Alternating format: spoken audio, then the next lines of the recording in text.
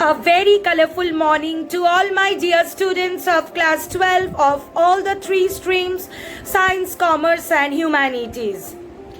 I welcome you to my English e-learning class.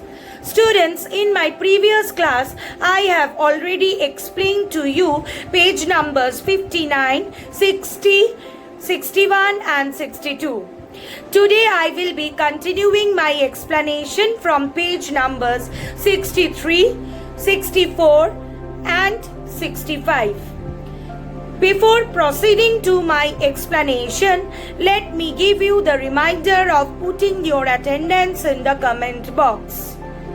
So you follow my explanation now. Students, you look into page number 63.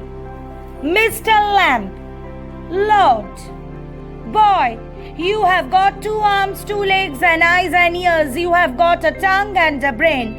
You will get on the way you want like all the rest. And if you choose and set your mind to it, you could get on better than all the rest. Derry, how?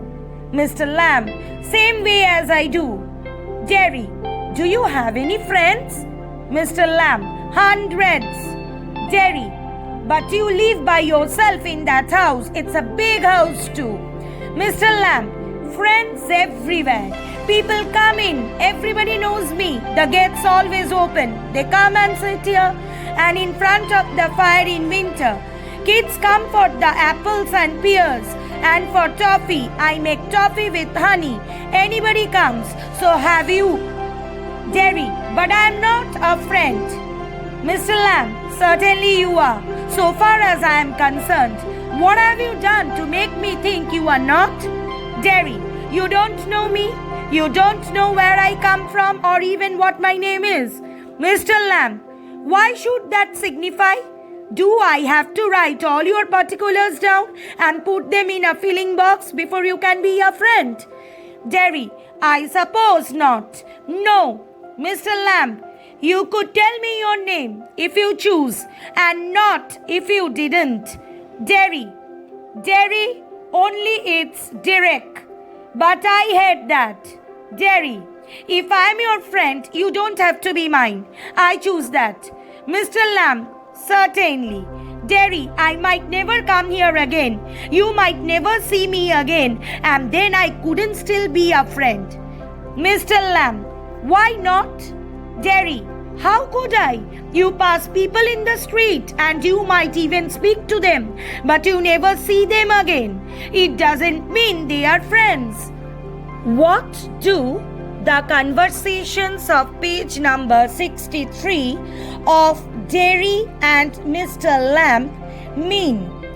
Mr. Lamb said that Derry had everything.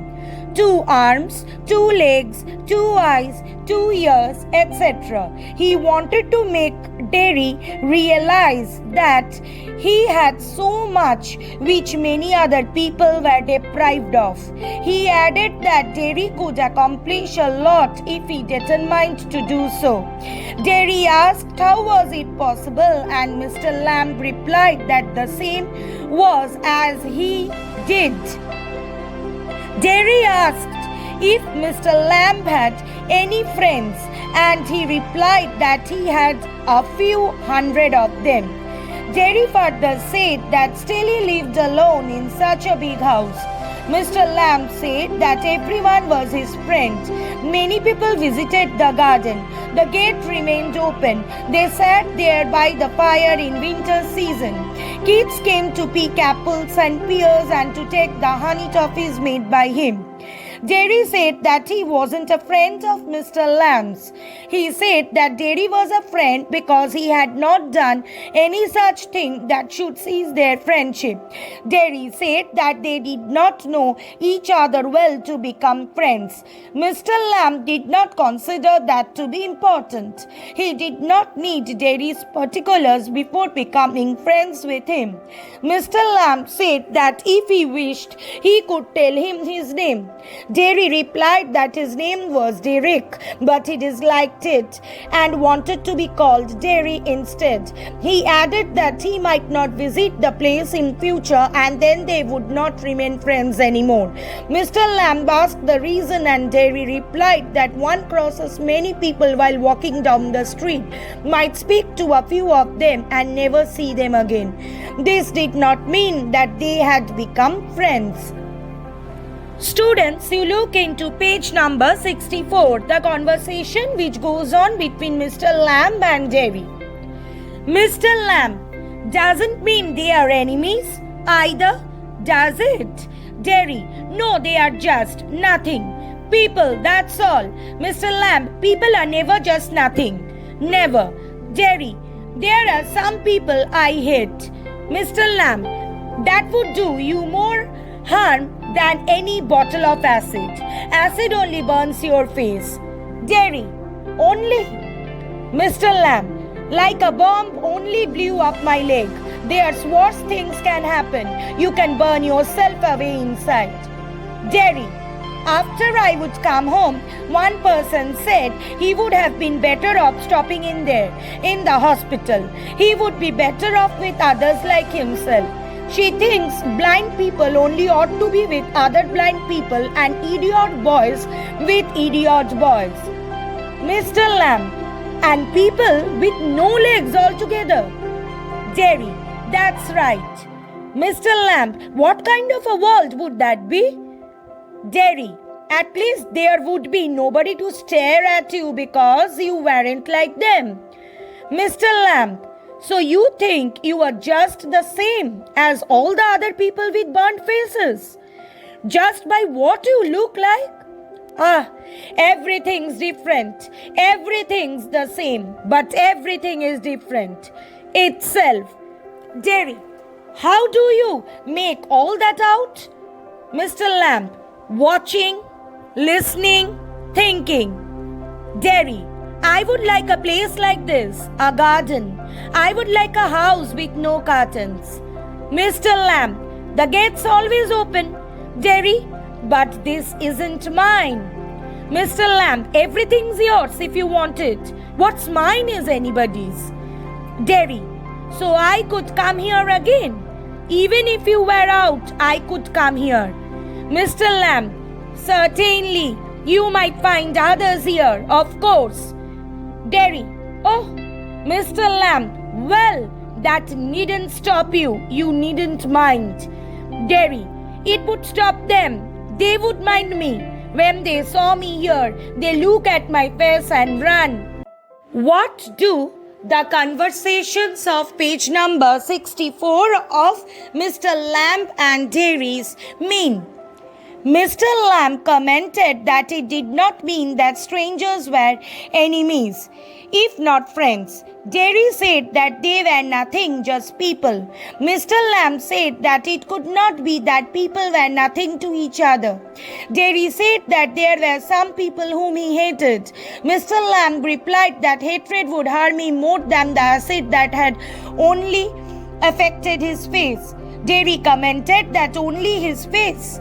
Mr. Lamb said that a bomb explosion blew up his leg, but there were worse things that could happen. One could burn himself up from the inside by the negative feelings. Derry said that when he had returned from the hospital, a person had said that it was better if he had remained there with people like him. He added that people think all disabled people should remain together at one place. Mr. Lamb added this meant that people without legs should remain together and the world would become imbalanced that way. Derry said that at least no one would stare at the other because all of them were similar. Mr. Lamb asked Derry that did he mean that he was like all other people with burnt faces just because they had similar appearance? He added that everything was different. Although all things are the same, yet they are different. Derry was confused. Mr. Lamb said that our habits of watching, listening and thinking differently made us different from each other. Derry said that he liked Mr. Lamb's house and garden. He replied that Derry was always welcome there. Derry said that the place was not his. Mr. Lamb said that everything was his if he wanted it to be. He added that all his possessions were for everyone. Jerry asked if he could visit the place again, and Mr. Lamb replied that he could and he would find company too. He added that Jerry needn't mind other people. No one would stop him from entering the premises. Jerry said that they probably would not like to enter the place upon seeing him. Maybe they would look at his face, get scared and run away. Students, now you look into page number 65 of your textbook Vistas.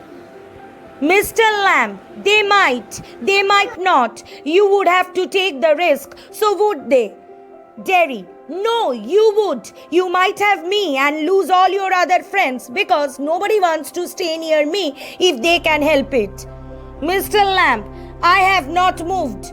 Jerry, no. Mr. Lamb, when I go down the street, the kids shout, "Lammy Lamb," but they still come into the garden into my house. It's a game. They are not afraid of me. Why should they be? Because I am not afraid of them. That's why not. Jerry, did you get your leg blown off in the war? Mr. Lamb, certainly. Jerry, how will you climb on a ladder and get the crab apples down then? Mr. Lamb, oh, there's a lot of things I have learned to do and plenty of time for it. Years. I take it steady. Jerry, if you fell and broke your neck, you could lie on the grass and die if you were on your own. Mr. Lamb, I could. Jerry, you said I could help you. Mr. Lamb, if you want to. Jerry, but my mother will want to know where I am. It's 3 miles home across the fields. I am 14, but they still want to know where I am. Mr. Lamb, people worry. Jerry, people fuss. Mr. Lamb, go back and tell them. Jerry, it's 3 miles. Mr. Lamb, it's a fine evening. You have got legs. Jerry, once I got home, they would never let me come back. Mr. Lamb, once you got home, you would never let yourself come back. Jerry, you don't know what I could do. Mr. Lamb, no, only you know that. Jerry, if I choose. Mr. Lamb, if you choose. I don't know everything, boy. I can't tell you what to do. Students, what do the conversations of page number 65 mean? Mr. Lamb replied that they might or might not run away and that he had to take a chance on that. Jerry said that Mr. Lamb had to choose out of him and the other people as visitors because no one liked to remain near him. Mr. Lamb would lose all his friends if he had Jerry in his garden. Mr. Lamb said that he was there and did not run away on seeing Jerry. He added that when he went out on the street, kids teased him although they visited his garden and his house. It was like a game.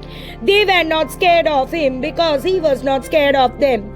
Jerry asked that did his legs get injured in the war, and Mr. Lamb replied that he did so. Jerry asked that how would he climb up the ladder to pluck the apples. He replied that there were a lot of things that he had learned to do. Jerry added that if he had climbed the tree alone, fell from it and broke his neck, he would lie on the grass dead. Mr. Lamb said that it could happen. Jerry asked if he could help him pluck the apples. Mr. Lamb said that he could help him if he wanted to. Jerry said that his mother would be waiting for him. His home was 3 miles away across the fields. He was 14 years of age, but still he was supposed to tell her where he was. Mr. Lamb added that people had the habit of worrying. Jerry added that actually they were in the habit of fussing. Mr. Lamb asked Jerry to go home and inform his mother of his whereabouts. His house was 3 miles away. As the weather was fine and he had legs, he could easily go home, tell them and return. Jerry said that once he went home, he would not be allowed to return. Mr. Lamb added that once home, Jerry himself would not feel like coming back.